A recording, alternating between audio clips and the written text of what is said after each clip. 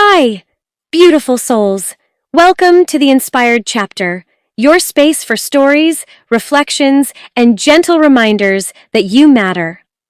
I'm your host, and today we're exploring something simple, yet powerful. It's not a hack, it's not a trend, it's a decision to meet the day before it meets you.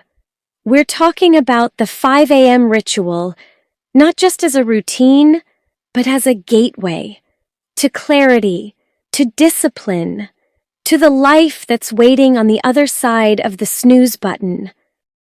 So, why 5 a.m.? It's not about the hour. It's about what the hour represents. It represents discipline. It represents ownership of time. And most importantly, it represents you choosing you before the world can make its demands. Think about it. How many times have you woken up and felt like the day already slipped out of your hands? Emails, meetings, traffic, family, responsibilities. But what if you took back just 1 hour before all of that? That's what the 5 a.m. ritual is. It's not about being a morning person. It's about being a life person. Someone who wants more out of life than just surviving Monday to Friday.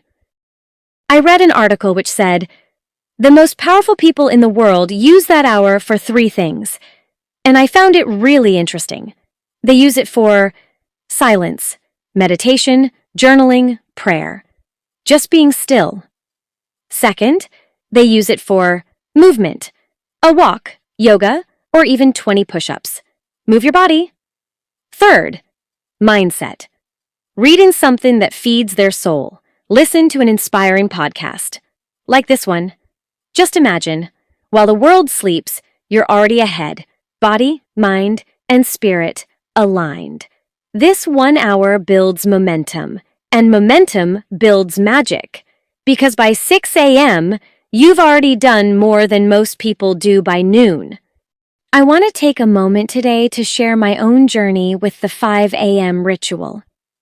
I didn't think I'd ever say this, but waking up at 5 a.m. changed my life. Not in a dramatic movie-style way, but in the quiet, steady way that matters most. Let me tell you how it all began. I used to think I just needed more sleep, but what I really needed was more space. Space to breathe, think, move, before the noise began. Like everyone else, I too have endless responsibilities. At times I felt burnt out, stressed, and tired. Because I used to chase the day instead of leading it, one day I stumbled upon the 5 a.m. idea.